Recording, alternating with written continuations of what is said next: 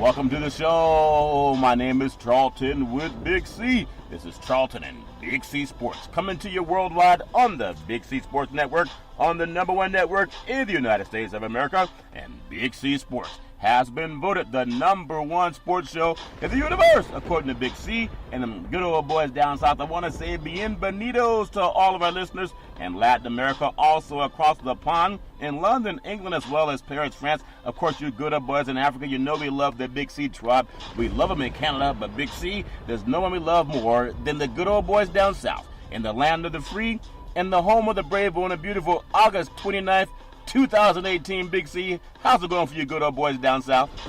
Jonathan, everything is wonderful. Snuck over to the neighbor's property. They cut down a couple trees and put them in this fire pit we got down in the ground. Yeah. With a lot of rocks in there because we also, there was a pig down the street in this pen. I don't know if he got in or got out, but he ended up in the backyard also. So, football starts in a couple days. We're putting this pig down in the ground. Yes. We're not having a luau, we're having a eat-out. You also having what's called neighbors lock up your pigs. Everybody knows it's all fair and love and war, especially for this football season. Now we understand why the South, they had the best tailgating parties. They also had the most missing pigs on milk cartons too down south, Big C. I do want to say what a beautiful day it is in the sports universe. If anybody needs some money, go to the bank of Aaron Rodgers. They're giving all these good old boys a lot of money. I think he still has one Super Bowl championship, but he is a good old boy. I do want to say today's segment is sponsored by your Northern California Cadillac dealers, home of the all-new Cadillac Escalade, the standard of the world. And when you go by and test drive yours, tell them Charlton and Big C sent you. So, Big C, I just got to ask you. When at first you told me you were a vegetarian. Now, I know I'm dyslexic at times, so maybe I thought you said you're Hungarian. I don't know what you said it was, but you're still eating a lot of meat. What do the pigs have to look out for when the tailgate parties happen? Is that when they start getting more nervous for you good old boys down south? Jonathan, you were accurate about the vegetarian part. Because the trees are green vegetables. Yep. At some point they become coals and they heat up this stuff, that carnivores consume. Yeah. I have a lot of friends that eat meat. I didn't say that I was consuming the food. Okay. I said, we were having an eat-out. I never said a luau or anything. And even luau with grass skirts and all that involved. Yes. But I have a lot of friends, and, you're giving them food options when they show up. Well, I tell you what, it's all fair and love and war. There's a lot of good things about tailgating. I think one of the best tailgating parties I ever went to was actually down at Stanford University. It was on the farm for the big game. In fact, it was a 99th big game on the farm down in Stanford. Now, Stanford down there in Silicon Valley, they had some meat that I couldn't even pronounce the name of it because it was they say, this is organic meat. Like, how does a cow know if it's organic or not? Doesn't just go out and eat anything in its path. Big C, your thoughts? Well, I'm thinking organic is grass regardless. I mean, when the city saying you're looking for the cow eats, yeah. Everything comes out of the ground that you feed them, whether you feed them onions, apples, alfalfa, yep. whatever. Yeah. It's all organic. Yep. Last time, I don't think it's processing, dog food for cows and stuff. So yeah. when they say organically glazed and stuff, every time I see one out in the field, it looks like it's organic to me. Yeah, I just think that was so funny. I still remember asking that lady, this is about 19 years ago, I said, that's a good-looking piece of meat. She said, this is organic meat. Like, she was bourgeois about the meat she consumed. I think that's so funny. She was bourgeois before she ate. Yeah. So anyway, all's fair in love and war. I know you're getting ready for the tailgating all over the country. In fact, when I think about some of the good old boys that are getting ready for their athletic programs, I think one of the things that makes sports so phenomenal is I think about, people like Michael Jackson. He would have been 60 years old today, king of pop. Also, John McCain, the late Senator John McCain, would have been 82 years old today. Now, one's a musician, the best entertainer in the universe. The other is the late senator. Ran for presidency twice, and as far as character, one of the best characters we've had serving the United States of America. They both love sports. Michael Jackson performed at Super Bowls. He also was known to be at many sporting events in Southern California. And the late Senator McCain, of course, he loved all the great sports teams down there in the Southwest. Big C, your thoughts? Well, Charlton, both of those are iconic figures when you look at whatever stance that they had in life, in the political arena as well as the entertainment arena, Charlton. They meant so much to so many Americans. Yeah. They were staples as far as ideological thoughts and, their leadership, Charlton, in their roles. Yeah. And you talk about Super Bowls. Senator McCain was integral in bringing the Super Bowl to Arizona. That's right. Years ago, Charlton. And you think about, they've had a couple Super Bowls down there. They had one with the Steelers and the Cowboys. They had another one. Also, I believe the Steelers won that game, Charlton. Yeah. But, when you think about the history of these two individuals, Michael's music resonates every day across the world and meant so much to so many people. Yeah. And then you think about the path of life that Senator McCain took, Charlton, the military, way, following his grandfather and his father, Charlton, yeah, through their military attributes, and him leading the way, and his two young sons also, Charlton, following in his footsteps. Yeah. So it's been a complete military history in that family, Charlton. So when you look at what entertainment has meant to this country, and you look what history of military has meant to this country, Charlton, yeah, there's two iconic figures that had a birthday on the same day. Well, I still think about so many athletes that there was a time when you think about sporting venues. Michael Jackson, of course, being down in Southern California and, born in Indiana, but lived, the latter part of his life in Hollywood, that Hollywood lifestyle. And I think about how many entertainers the Coliseum has seen at the LA Coliseum. It's seen Super Bowls. They even had baseball played at the Coliseum in Los Angeles back in the day. It's hosted Olympic Games.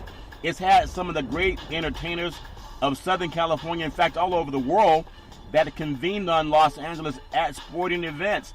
And then you talked about John McCain. When people say that politics and sport don't mix, he was one of the seminal reasons they had Super Bowl down in the great state of Arizona.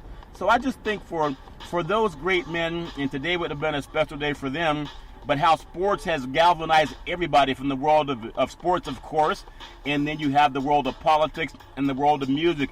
But if I could ask you your thoughts, of all the great songs that Michael Jackson performed over the years, it's hard to say what's your favorite one because there's so many of them. But what comes to your mind, whether it's at a sporting event or not, in honoring him on his birthday, Big C? Your thoughts?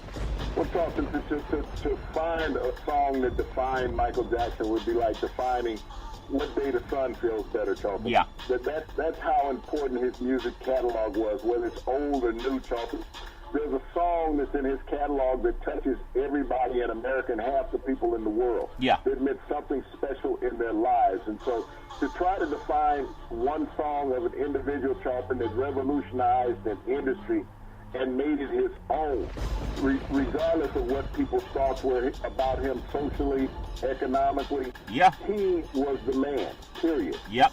And I tell you what, with Senator McCain, one of the seminal moments, for me, is again when the lady was trying to play the birther thing and was being disrespectful to President Barack Obama, senator at the time, and she said, no, he's a Muslim. Not that there's anything wrong with that, as one of the biggest religions in the planet, but the fact that McCain, and again, something happened to me today, and maybe I'll bring it up or maybe I won't, but it's so egregious, and it had to do with law enforcement, where I had to call law enforcement because someone of the Caucasian persuasion lied. Now, I wanted documented proof, as the lady was fumbling for her words. So I called law enforcement. Now, the point I'm making is, McCain stood up for what was right. And he pulled the microphone out of that woman's hand. But still, today, I have to deal with law enforcement for something I did not do. But I'm the one who called. So it's not as if guilty people don't call the police on themselves. But I made that point, put in a claim, and then it's up to the law enforcement to do their part. But there was a time when they never would have believed me. Now, this is a Caucasian woman that I had to, file a claim against. Back in the day, that never could have happened. It never could have happened. And even today when it happens, people tend to believe the Caucasian person. I know the facts are on my side, and I asked the police to document that. Big C, McCain stood up for the same thing I just talked about. Your thoughts? What McCain stood up for, Charlton, was for fairness.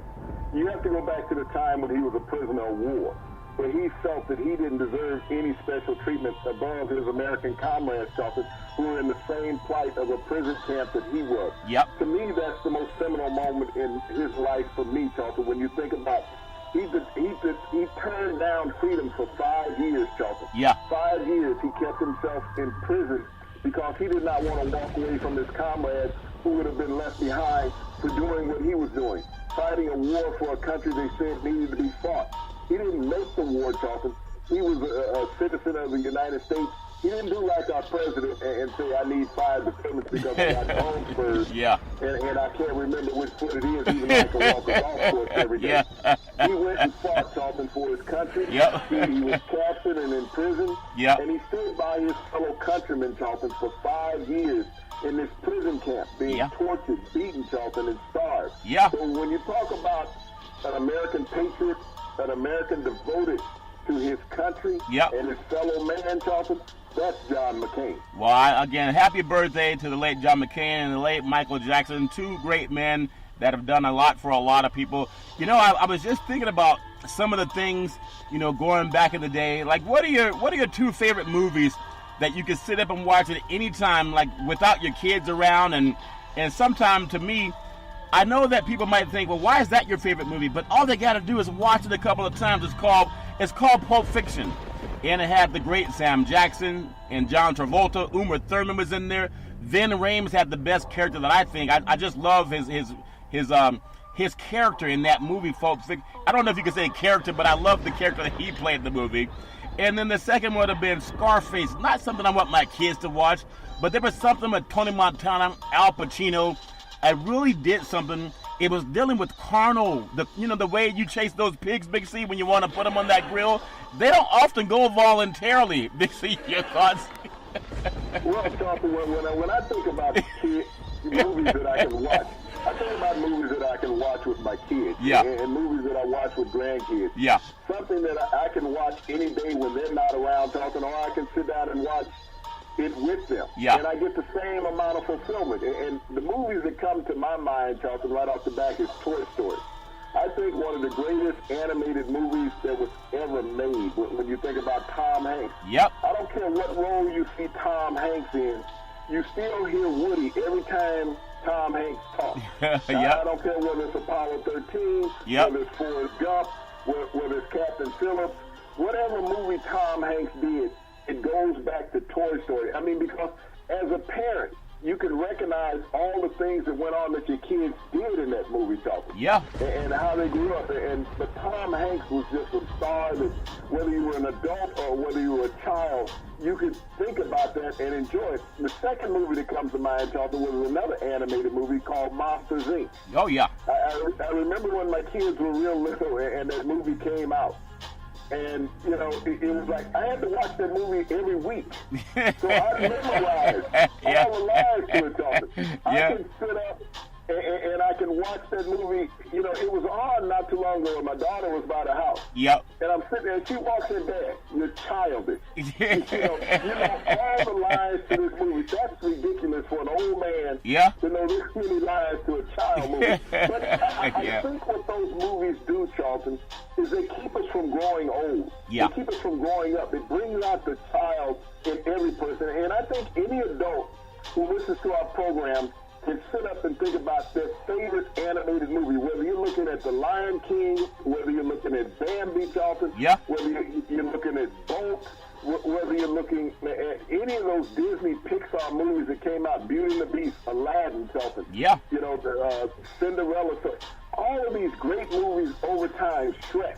I mean, there's such a catalog of great movies, Charlton, that children can sit down and watch with their parents to bring that family bond together and to not let your parents grow old, Charlton. Well, that's a very good point. I used to watch Bugs Bunny and Roadrunner, and sometimes I realized that's more violent than Pulp Fiction because they were blowing people up and always a Wile E. Coyote. They were always trying to eat people. I thought that'd be one of your favorite movies when people try to eat animals, Big C.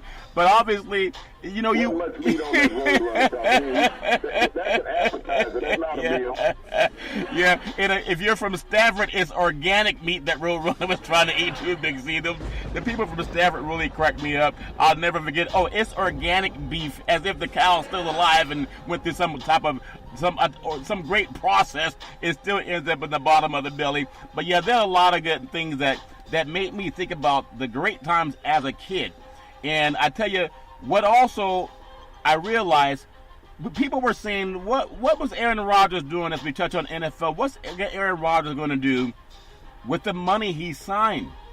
A 4-year extension, $100 million, and I think $124 million. $134 million. $134 million, Big C. And the fact that there are people saying, what's he going to do with all that money? I think he can feel like you felt when you were watching some of those cartoon movies you were talking about back in the day. He's probably running around pretending he is Woody and one of those at the bank when he runs in there with a Woody suit and everything. So what does it mean when athletes make that kind of money? Are we doing something to desensitize our fans? Will there come a point where fans tend to say, well, I know you got the money, but why you got to rub it in my face, Big C? Your thoughts? Well, Charlton, I mean, when you look at how money has escalated in sports, you go back to the first $1 million ball player. That would have been Nolan Ryan, a pitcher with the Houston Astros, Charlton. Yeah. And the first $2 million player was Jim Rice, a center fielder with the Boston Red Sox. Yeah. As we looked at how contracts have escalated over the years, and Aaron Rodgers getting this money today, you think prior to him getting this contract that he got, you had 4 quarterbacks, Charlton, that's never even won a Super Bowl. Yeah. You had Matt Ryan, Matthew Stafford, Derek Carr, Jimmy Garoppolo. Really 5, Kirk Cousins. Yep. Those were the benchmark for Aaron Rodgers to get this kind of money. And when you look at their history of winning and non-winning, Charlton, those quarterbacks don't have winning records in their NFL pedigree. No. When you look at the totality of numbers, they don't have the record that Aaron Rodgers has had. Aaron Rodgers only has the 1 Super Bowl. But the driving force of Aaron Rodgers getting this money is that he had a better work resume than those other 5 quarterbacks, Charlton. Yeah. Everybody right now is pushing the envelope on who's going to break the bank next. But the thing that you have to understand, Charlton, even in paying Aaron Rodgers $134 million, Yeah. 103 of that, Charlton, is guaranteed. This is the type of money Aaron Rodgers is making, Charlton, for the next 200 days. Yeah. Think about this. He's making $400,000 a day for the next 200 days. Wow. Somebody get out a calculator and figure that out, because I don't know what you're making. $400,000 a day for the next 200 days is what Aaron Rodgers' paydays are like. Yeah. And you think about the minimum salary of the NFL on the practice roster is $358. Yeah. So this is the type of money that Aaron Rodgers is making. But, you know, when you look at where he is, and we talked about this yesterday, having a percentage of your salary cap and winning a Super Bowl. Yeah. That there's only been 4 quarterbacks, I believe, that had more than 10% of a team's salary and win a Super Bowl. Yeah. Aaron Rodgers, Charlton, is going to be 23% of Green Bay's salary cap. Yeah. The rest of this contract. Now, you contrast that, Charlton, to building a supporting cast. And we've looked at Super Bowl winning quarterbacks that they added about 7% of a team's salary cap. So that means that there's money to go around. The biggest challenge for Green Bay right now, Charlton, is that where will they get the people at to support Aaron Rodgers? You're not going to have the money to go out in free agency, Charlton, and bring him in. You're going to have to do what the New Orleans Saints did last year in the draft, Charlton. You're going to have to hit a home run with at least 4 draft picks a year over the next 3 years so that you can be competitive, so you can have people with a low salary, Charlton, that will fit within the salary cap. Yeah. Because you're not going to be able to have these high-priced veterans sitting around because you spent so much money on 1, 2, 3 individuals, Charlton, and say, okay, I have to bring in some minimal salary players. And in the NFL, a minimal salary is not bad, making over $500,000 a year. Oh, yeah.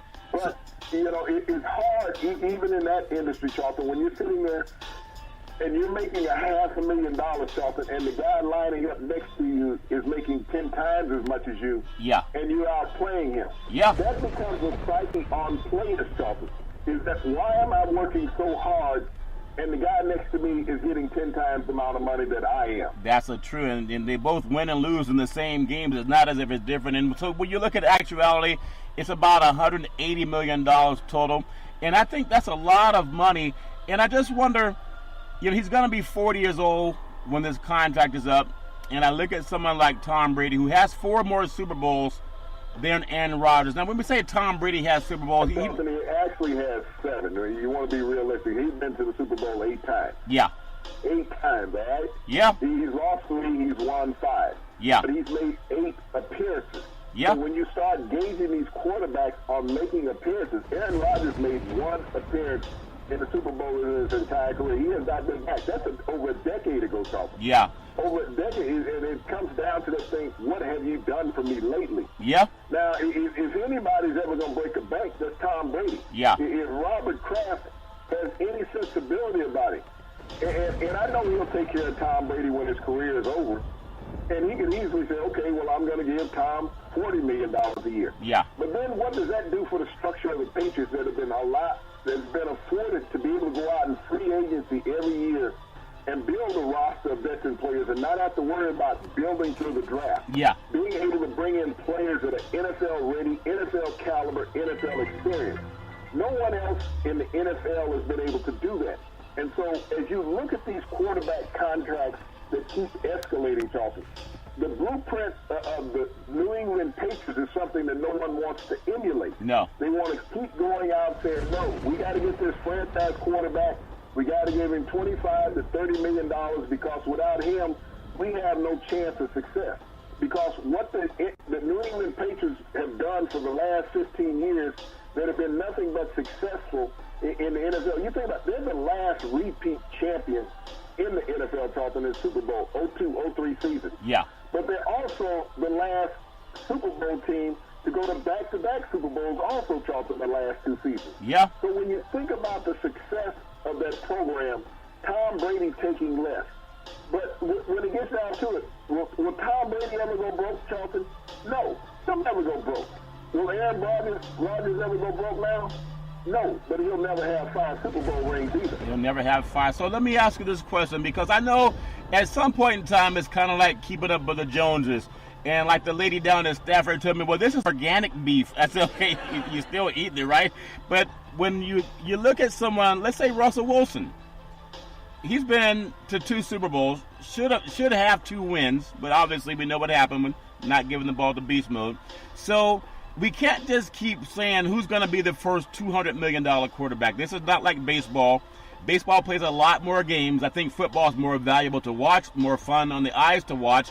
Of course, the crowd's getting to it. But when you're someone like, let's say, Russell Wilson, and he's been to 2 Super Bowls, he has the same number of wins as Aaron Rodgers. If you're someone like Cam Newton, he's been to a Super Bowl, the same number of wins as Aaron Rodgers. You know, Big Ben's won a couple of Super Bowls, Big C, Roethlisberger.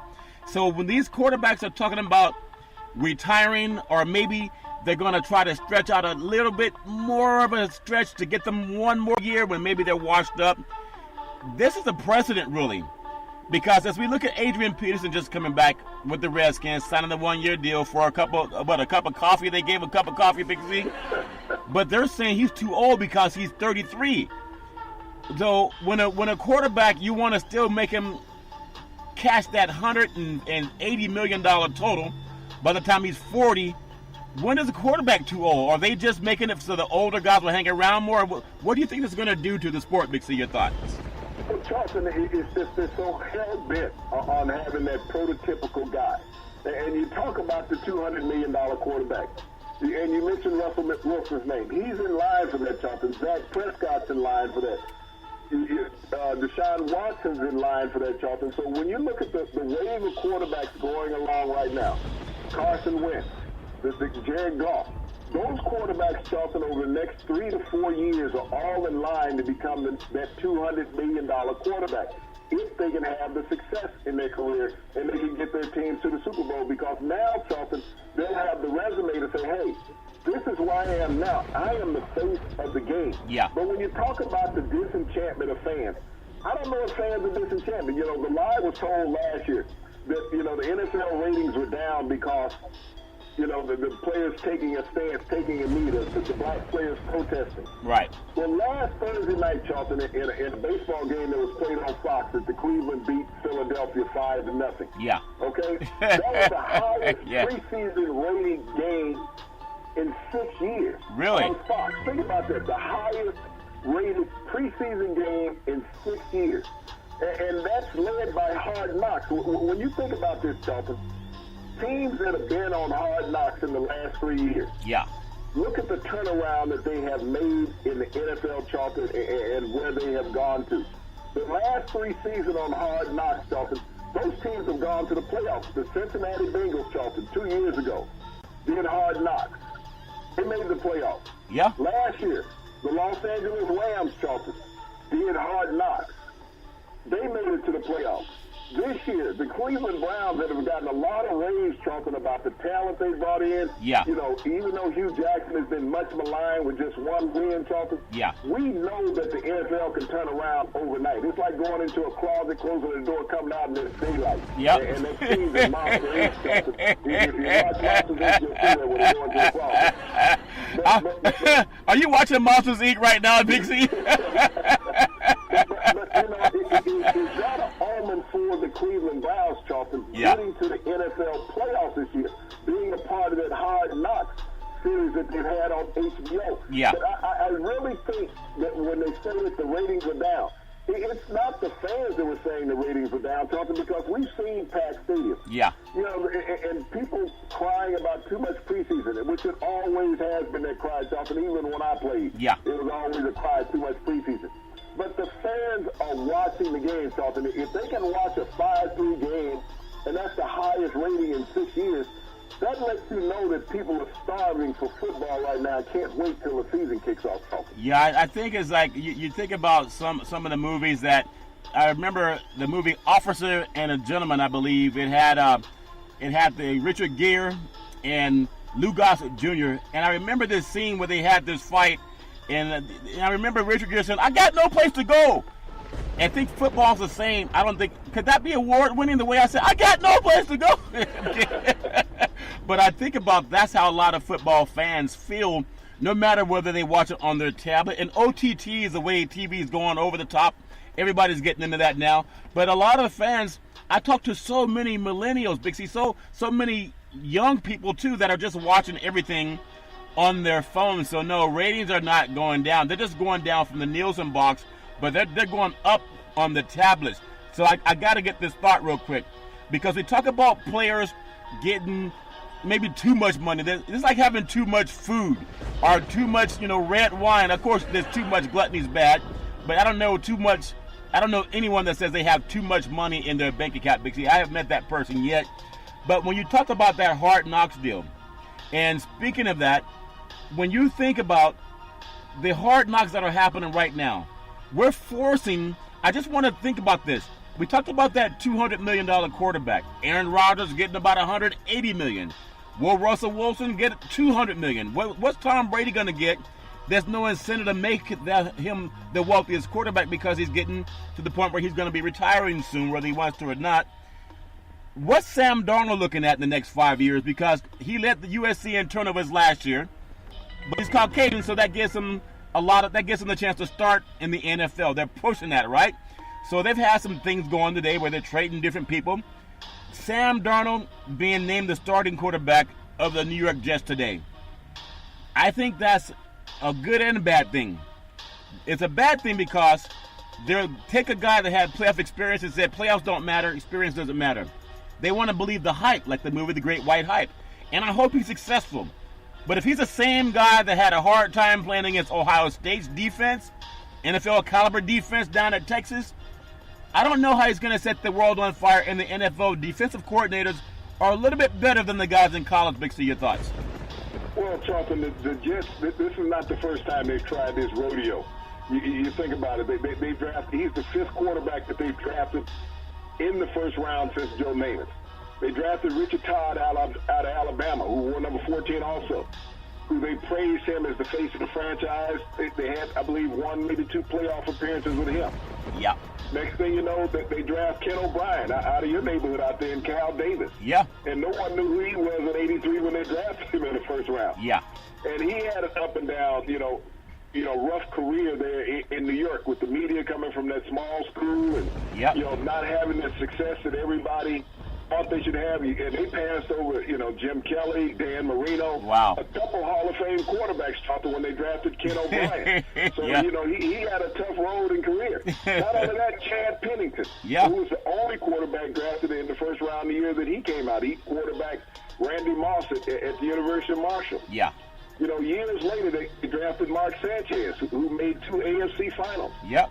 But that wasn't sufficient. They got rid of him. They were not. You think about it, an organization, you make back-to-back AFC finals, and you're not satisfied with the quarterback that you have. Yeah. That lets you know how downtrodden and dismayed that organization is in New York and how badly managed it's been. Yeah. So now you turn to Darnold, who has tremendous upside, as everybody has said, ever since he's been at USC. But everybody that's drafted, Charlton, in the first round has tremendous upside. Yep. But there's also a tremendous opportunity to be a bust. You think about this. The New York Jets and Charlton are going to start the season. They have 3 games in 11 days. Yeah. 3 games in 11 days when the NFL season starts. So you think about what he has to process over an 11-day period. Normally you play 2 games in 14 days in the NFL. Yeah. He's going to play 3 games in 11 days. So we're going to find out real quick if this guy is ready, or if he struggles. The excuse will be, well, there's so many games in such a short amount of time he hasn't had a chance to process. Well, the guy who's accustomed to that, you traded. Yep. The guy that you have on the bench in McCown, you don't want to play him because you say you don't want to upset the young man's psyche. Yeah. So you're in a quandary when you look at the New York Jets, is that you're going to put a lot of pressure on Sam Darnold. Yes, he has looked decent in the preseason. He hasn't blown anybody away. He's looked decent. But now you're going to get these extensive blitz packages that you never get in the preseason. Are you saying he hasn't seen what he's going to see in regular seasons, like Trubisky last year with the Bears, Big C? Is that what you're saying? Well, Charlton, I don't know if you've ever had Neapolitan ice cream. Yep. Okay?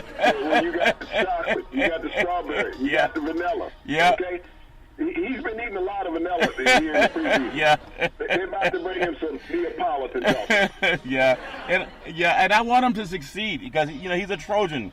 And I followed USC for so many years. Well, we saw what happened to that horse when it went to the barbecue down in Texas. Okay? Yeah, they gave him the homemade Gatorade. There's Southern hospitality. No, that was Southern hostility when USC came down to Texas and lost to Alabama a couple of years ago. But also, again, I wish everybody the best. But I've seen this story before where they take a young person and they take the training wheels off in training camp and in preseason. And that's not where they learn to cut their teeth. They sit, like Tom Brady sat on the bench, and he watched players before him before he came on, and he came on because of an injury to Bledsoe. But he didn't just start when he came out of Michigan, Big C. And that just seems to be, I'm going to measure the quarterbacks to Tom Brady because that's how he got his start. And he wasn't just thrust onto the scene. Now, maybe he's not the right pedigree to follow, but he seemed to have enough championship rings to say that maybe they knew something when they brought him off the bench, Big C, even though because of injury. But I do want to say that sports is a billion-dollar industry, and boys and girls sports is the foundation to this billion-dollar industry. For every athletic and sporting event, you need athletic and event insurance. We work with Ben and Mark. They've been around half a century. They work with Big C Sports. Whether you're a pro team, a collegiate team, a high school team, or your mom and pop soccer league, when you reach out to them, let them know Big C sent you. I think about USC quarterbacks. I think about Todd Marinovich, which is more heralded than Sam Darnold when he came out of USC. His father had him on, like the lady down at Stafford told me, it's organic meat. See, he had him on some type of organic diet, Big C. And I wanted him to succeed so bad. He had great games at Washington, but they were shut out 31-0. Had a great game at Notre Dame. But he got that same hype that Darnold's getting. But he didn't make it. There was too much pressure, and we know he's had some challenges along the way. I'm sure maybe Darnold can handle that. But why would you get rid of a guy who's been in the playoffs? And you just mentioned 3 games in 11 days, Big C. There's a lot of hype that is cashing checks that maybe they won't bounce, Big C. Your thoughts? Well, the number one thing with the Jets, Charlton, can anybody name 2 of their receivers? I mean, we can have a call-in show. We can have a write-in. We can do FaceTime, we can do Twitter. Yeah, it's going to be Bank of America and Wells Fargo. They're going to be cashing those checks. That's where his receivers are. Bank of America, Wells Fargo, Big Z. That's his number one objection right there, Charlton. Who are going to be catching the balls from him in the regular season? Who's his running back? Does anybody know who the running back is in New York? He has a lot of problems, Charlton, compounding what he has to do to become successful as a quarterback in New York. Also, everyone talked about Eli's offensive line with the Giants last year. They're in that same dismay with the Jets right now, Charlton. Who are their offensive linemen? Yeah. So when you talk about a structure around a player that you're trying to develop, Charlton, you don't have a lot of weapons for him to walk in that's better than him. Yeah. Normally you surround a young player when you're trying to get him over the hump with players that are better than he is, Charlton. He may be on the opening kickoff the best player on that offense if you're looking at it just from a status perspective with that team in New York, Charlton. Yeah. So he's going to struggle because he doesn't have a lot of people that can get him over the hump. When you look at the preseason, they didn't blow anybody out in the preseason, Charlton. No. So that's going to create a lot of... They lost to the Giants, and everybody has looked at how abysmal the Giants were last year. Yeah. They picked in front of the Jets in the draft. The Yep. Giants did. Yeah. So, they were the worst team in New York last season, but in the preseason, they were the best team in New York. Well, ironically, Big C, I heard one of the pundits on the mothership saying, look at how he moves his feet. What quarterback doesn't move his feet in the Big C? Well, hey, Charlton, if he was a black quarterback, he'd have been athletic. Yeah, he's athletic. He'd have been very athletic. So they think about how they reword that. Yeah. Because he was a white quarterback, look at how he moves his feet. Yeah, he moves his feet. Yeah. Deshaun Jackson, look how athletic he is.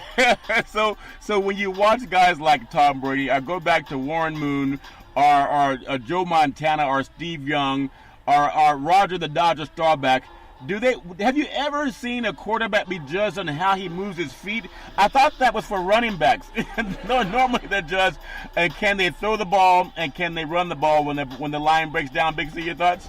Well, Aaron Rodgers, isn't he been labeled one of the most mobile quarterbacks in NFL history? Yeah. And so he's not broken down about how he moves his feet. You know that Russell Wilson has the mobility to get out of the way of trouble. Tom Brady has always slid from side to side to avoid the big hits, Charlton. So quarterbacks have always been highly touted on their mobility, able to move around in the pocket. Alex Smith was noted for that, Charlton, in all three teams that he's been with. Yep. But to sit there and say, look at how he moves his feet, that means you're not looking at how he's delivering the pass, Charlton. Yeah, that's funny, Big Z. I also watched that good boy that was drafted by the Buffalo Bills out of Wyoming, how he moves his feet, too. He moves his feet a lot. He's running for his life. Yeah.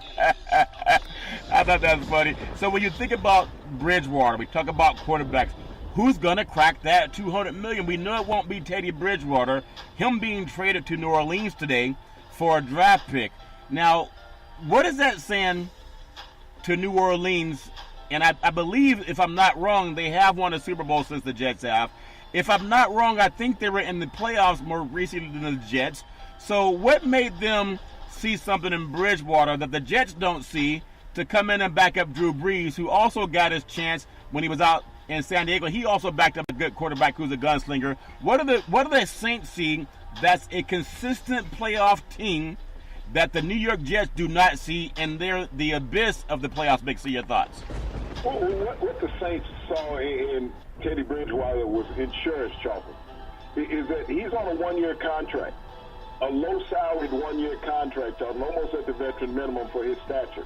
He's coming in. Drew Brees is under a 2-year contract, Charlton. Yeah. You never know if a quarterback goes down. Ask Philadelphia, what did they have when they had the luxury of having the backup quarterback last year when Wentz went down? Yeah. And what did they end up doing because they had a veteran backup quarterback in Foles, Charlton? Yeah. I think that's what New Orleans is looking at, Charlton. Drew Brees, has been really healthy his entire career. I think he's missed 2 games since he's been in New Orleans. Yeah. But to not have a proven veteran backup when Philadelphia showed how valuable that was, by bringing in Teddy Bridgewater, you only gave up a 3rd-round draft pick, so that means that you're going to keep him around. That's like going into the draft next year, getting a quarterback in the 1st or 2nd round. Yeah. That's what they just secured.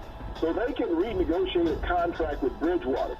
They can put Bridgewater on the books for $65-70 million, which will be a good contract for him, Charlton. Yep. And that secures him as a backup long-term for Drew Brees. And if Drew Brees decides to leave the game at any time, Charlton, because he'll be 40 soon. Yeah. Who knows how much longer he's going to sling the ball. Now you have a viable commodity in Teddy Bridgewater. And in 2 years, 3 years down the road, if Breeze decides to leave and Teddy Bridgewater is still in New Orleans and he takes over, yep, an organization that is drafted well, Charlton, that is labeled with a lot of young, exciting talent, and he has instant success, New York really has to look at itself all over again. Yeah. Saying, what kind of mistake did we make if that situation occurs? Yeah, and that's a shame, though. A playoff African-American with playoff experience gets traded from a team that really needs a quarterback and replaced by a guy who had 23 turnovers last year in college. Not playing against NFL defenses, not playing against NFL defensive coordinators who are paid a lot of money to make sure they stop a guy with happy feet, as someone said. Doesn't he have good foot movement? I thought that was so funny. That was a movie, Jonathan, Happy Feet. Happy Feet. The thing was up north. Yeah, I remember that one. You like that movie too, right, Nixie? That was a great animated movie. Yeah. So anyway, I think the Saints get the better end of that deal. But even when we look at that, only 8 teams have repeated as Super Bowl champs in the NFL. The last was 02-03, the Patriots. So in the thinking of two things right now, there's Garoppolo and then there's Brady from New England. There's some knuckleheads saying that New England made a mistake by keeping Brady, who has been, I think he has enough Super Bowl rings to cover one hand, Big C. He looks like the guy Thanos in the Avengers, Tom Brady's hands do, Big C. And there's still some people saying that they should have kept Garoppolo and gotten rid of Brady. And are they using the same thinking that the Jets are using when they decide to get rid of Bridgewater, who has the playoff experience, for a guy in Darnold who has no playoff experience, Big C? Your thoughts? I think the people that said that, Charlton, were the same people around when Joe Montana was sent packing out of San Francisco because you had Steve Young, in the fold. Yep. That's a different story. Steve Young had been around under the tutelage, and he was ready. He had been a number 1 overall draft pick. You don't get rid of the greatest quarterback of all time, Charlton, 8 Super Bowl appearances because you have a backup. When you look at Garoppolo, and you also look at Jacoby Brissett, who they shipped off to Indianapolis. New England had a wealth of quarterbacks on its roster last year, Charlton, but they made the NFL better by shipping those quarterbacks around, not just holding them all on one roster. But Jimmy Garoppolo's body of work is yet to be established in the NFL. Anyone can come out and look halfway decent, Charlton, for a couple games. Jacoby Brissett last year in Indianapolis passed for over 3,000 yards, even though he didn't have any help.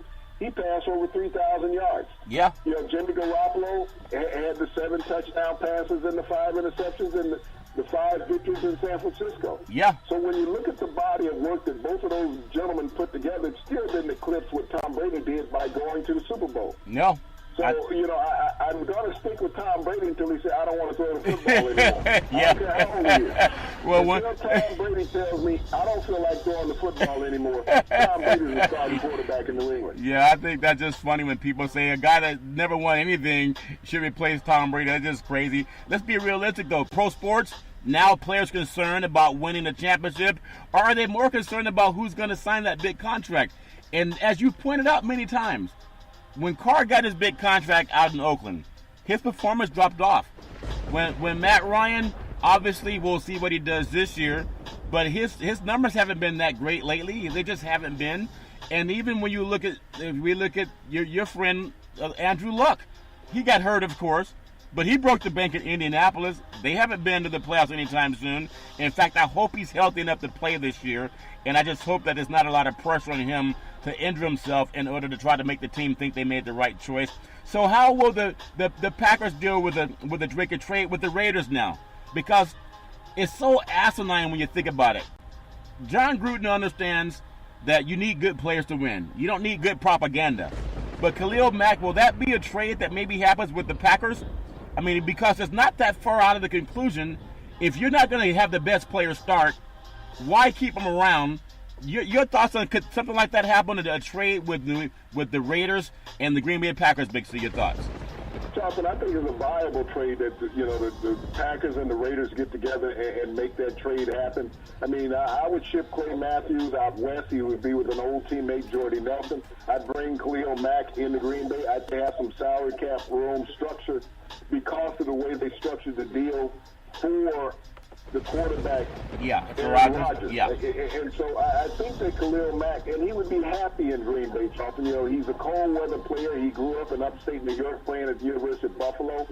So that cold weather and playing on the natural turf, he had that in Oakland also. Yeah. But when you look at Matthews, you know, he's one of Gruden's favorites. He loves the guy, even though he's gotten long in the tooth, Charlton. I think it would benefit both organizations to move both of these players, to put them in a place where they can kickstart their careers, Charlton, help them both out, because this relationship with Gruden and Mack, Charlton, is never going to be a bipartisan relationship. No. It has been tainted.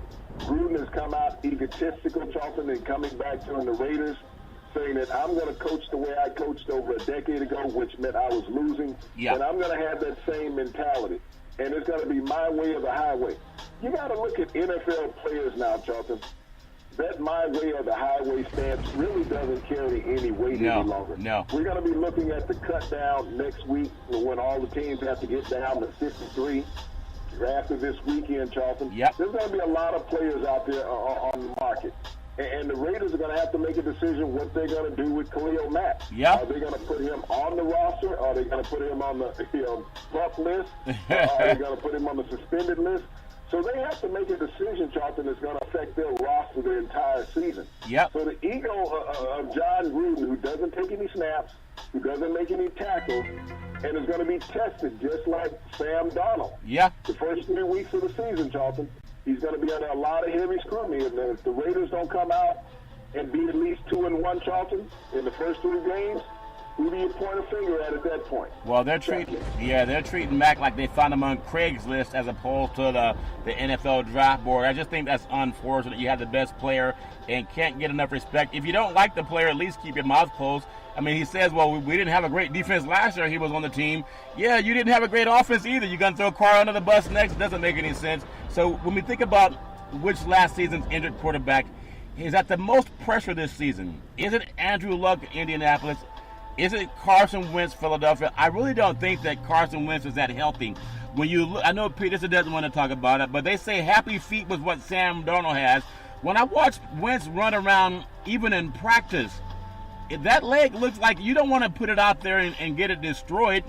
Now, you can see if someone has happy feet or not, Big C. You know, you probably love that movie at least 50 times you've watched it, from what I understand.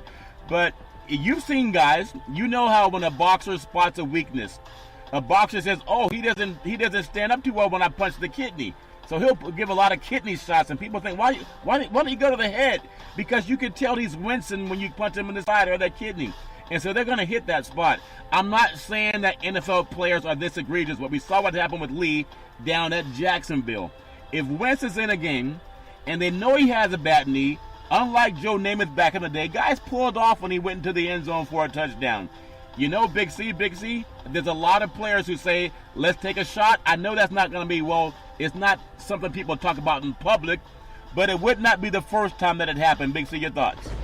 Well, Charlton, with these new rules as far as hitting a player in the NFL, where can you hit a player at? No one knows what the target zone is anymore. You can't hit a quarterback high. You can't hit him low. You hit him in the middle of the body, but it's also depending on the planting of his foot when you look at Carson Wentz.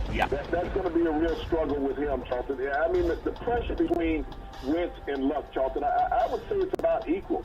You know, the pressure for Wentz to get back on the field and everybody saying, well, he's a franchise quarterback. You don't worry about this season if he's not healthy. You're trying to get into next season. That's the reason why you kept Foles around. I have huge concern for Luck, Charlton, because I didn't see him push many passes over 20 yards downfield during the regular season. That's my major concern. And when you can't push the ball downfield, when you can't threaten the defense 40 yards down the field, Charlton, you have a tendency on defense to load up the box. You're going to see a lot of blitz action coming after him. Now, he took a few hits in the preseason. But those hits in the preseason don't mean anything like they do in the regular season when the games count.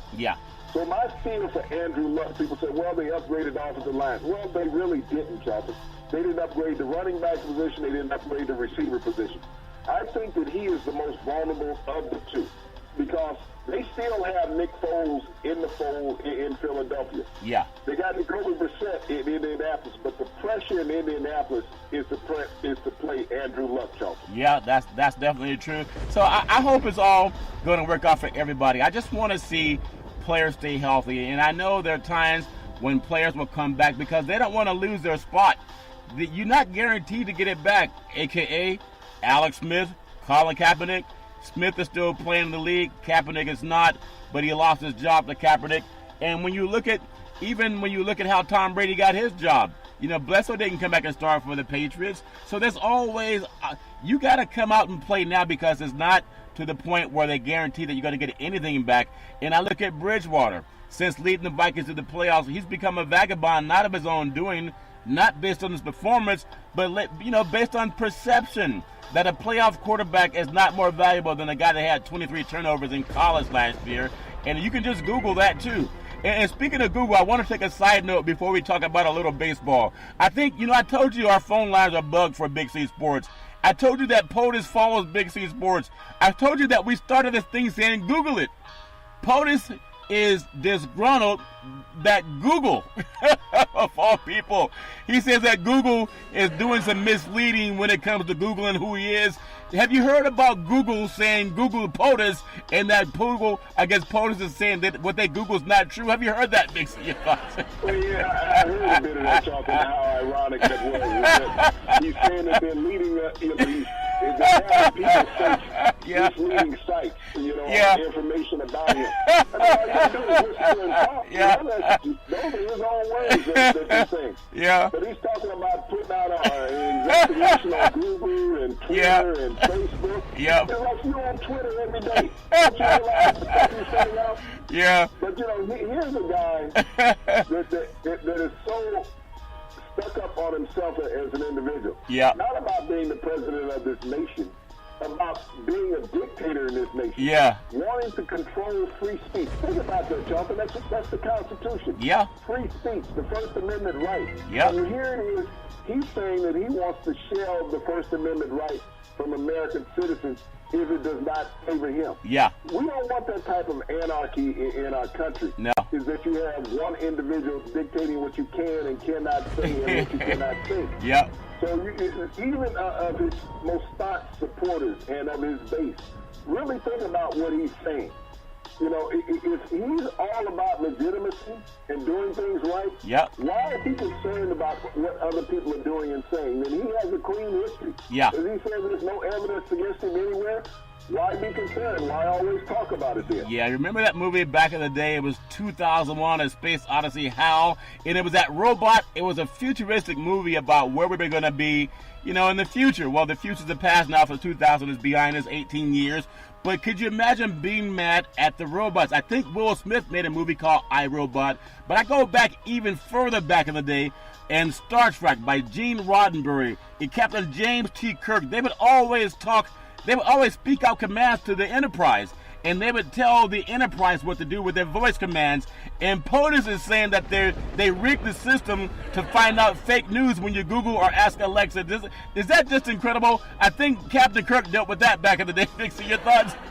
Well, it's amazing something that the entire world can be rigged, that everybody is fake news. Yep. And that the only thing that's true is what you're saying. and by not agreeing with him or his constituents, that it's all fake. So, that lets you know how petty this has become, Charlton, is that you're attacking every news outlet. Google? This is not Putin's Russia, okay? Yeah. Putin can sanction, and China can sanction what their masses fear. Yeah. But here in the United States, Charlton, the internet is free. Yeah. It's free to everybody. Supposedly. And you can go out and find what you want to find. Yeah. Just do the search. Yeah. There are some stories out there that are not true. Right. But 99% of them are, Charlton. Yeah, and that's just funny when you start attacking Google. Okay, Google's a software system, but everybody, all's fair in love and war. And speaking of being fair in love and war, as we look at baseball, the Oakland A's, they just can't quite get, how sometimes you're dating that homecoming queen back in the day, and you've been having your eyes on her for a long time, called the American League West Championship. They got right there at the door, but they came through in a 67 Chevy, and somebody else pulled up in an Escalade, and it looks like Houston's driving an Escalade. They got another win today, 5-4 over Oakland. They were right there, nip and tuck. Big C, what's happening to the Oakland A's? Well, Charlton, they're still in the heat of it. 2.5 games out right now. We haven't even got to September. But the Houston Astros, Charlton, are becoming what they were last year in the World Series champs. They've gotten healthy. They've gotten their lineup back intact, Charlton, and they're playing that way. And this is what you expect from a team that was there last year. Oakland A's are learning how to be competitive, this year. Yeah. And which is great for baseball, is that they're in the hunt as we get into September next week, Charlton. But the Houston Astros is great for baseball to have the team that won the World Series back in the thick of the playoff hunt, Charlton. Yeah, I think that's incredible. Also, looking just around the world in Major League Baseball, the LA Dodgers are at Texas today. So a lot of California boys taking that red eye out to Texas. In fact, they fly their own jets. Arizona's at San Francisco, the Giants, that beautiful AT&T Park. You have Miami at Boston. Boston's still the top team right now in baseball, looking good in Beantown. You have Washington, and they're at Philadelphia. You have the Chicago White Sox at the New York Yankees. What a great game by the Yankees last night. Milwaukee at Cincinnati, Minnesota at Cleveland. Tampa Bay at Atlanta was delayed for the rain. You have the New York Mets at Chicago. I love what the Chicago Cubs are doing, especially that good old boy, Daniel Murphy. Talk about how great he's been since coming over from the Nationals. Do you think Chicago, whether they are the head of that division or at the bottom, there's something about seeing, is that mold on the outfield wall at Wrigley, Big C, or is that, what is that green stuff growing? Is it algae, or is it something they planted out there on purpose? Your thoughts? That's ivy, Charlton. Okay. Every year you got to get that ivy Yeah. out of that brick wall there in Soldier Field in Chicago. Yep. But it's just a great backdrop. When you think about what Joe Madden has done with the Chicago Cubs, Charlton, they have the most wins in Major League Baseball over the last 3 seasons. Yeah. And right now they're rounding into form, Charlton. They're going to be in the NL playoffs.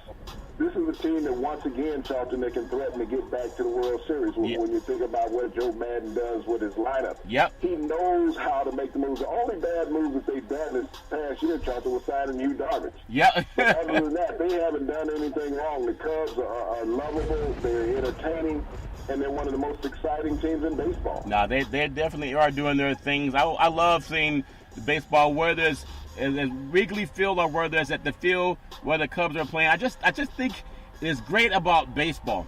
There's something about that Midwest, and that I still love the C. Maybe that's what I'm in love with, is that C on their chest like Big C Sports. I think they're a little bit partial for them, Big C.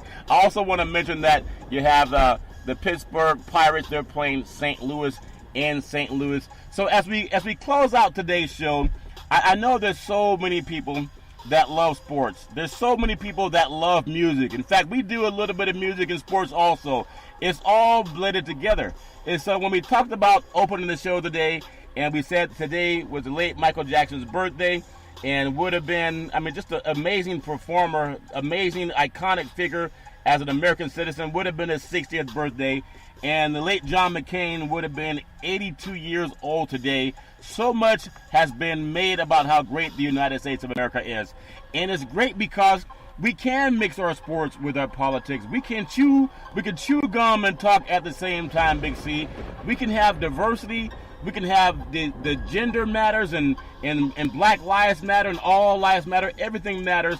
What is it about this great thing called sports that brings everything together? You talked about that Neapolitan ice cream. You can blend all of it, Big C. What is it about this time of year that pulls in WNBA playoff finals, Major League Baseball getting ready for the playoffs, college football getting ready to kick off, NFL getting ready to kick off, and people still love basketball? What is it about all of those sports that all come together, Big C? Your thoughts? Well, right now, Charlton, this is called the apex of sports when you have so many sports meeting at the crossroads. But, we have such a fan base in America that it can support it all. There's something for everybody's liking, Charlton. Even soccer's out there being played. Yeah. So when you talk about the Americans being the melting pot of the world, and there's some interest there for everybody, that's what America brings. There's a sport out there that ignites and excites everyone, Charlton. We got high school sports kicking off. Yep. We got high school baseball, girls baseball kicking off, as well as high school football, Charlton, that's underway, as well as soccer. These are the sports that galvanize America. And what's great about sports, whether it's a youth sport or whether it's a professional sports, Charlton, they are family affairs. These are things that families attend together to keep people bonded and thinking about each other, that you grow with this. It becomes a family night, Jonathan, when you go to the youth games, the high school games. Those are family historical events that decades of families have attended. Yep. And as we graduate into sports, into college, Charlton, you think about the alumni and the boosters that attend these games and come back, Charlton, over the years and reminisce and have brought their children into the fold as they say, this is where I went to school, this is where I want you to go to school. Yeah. And then we think about the eliteness of the professional game, Charlton, in America. And we see how polarizing it's become financially. That, it's become the stock market of the world when you look at the amount of money that they're paying out to players now, Charlton. Yep. It's moved beyond the game and it's become a financial institution. Yeah, and I just hope that we find a way to don't forget about the fans. It's great that we all want to become a billionaire. I want to be a billionaire. We all want to have health, wealth, and wisdom in our lives, and hopefully they'll keep that in mind as they start writing more checks. Big C. Back in the day, there was a man by the name of Drew Boudini Brown. He was known as Muhammad Ali's right-hand man. He would always tell Ali, with all you got to use, how can you lose? Rumble, young man, rumble, Big C. What are you looking forward to in the sports universe? Well, Charlton, we finally got the opening weekend of college football coming along in just 2 days. It's going to be an exciting time.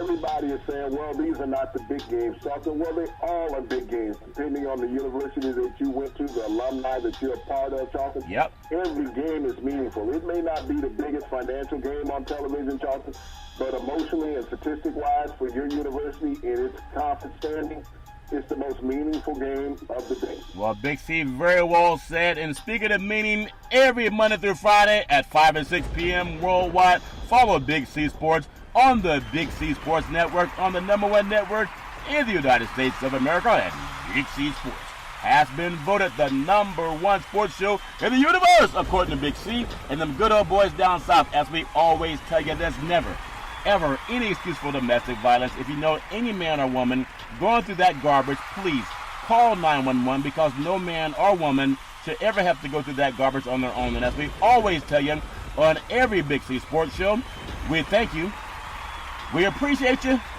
and we hope that you have a super fantastic day.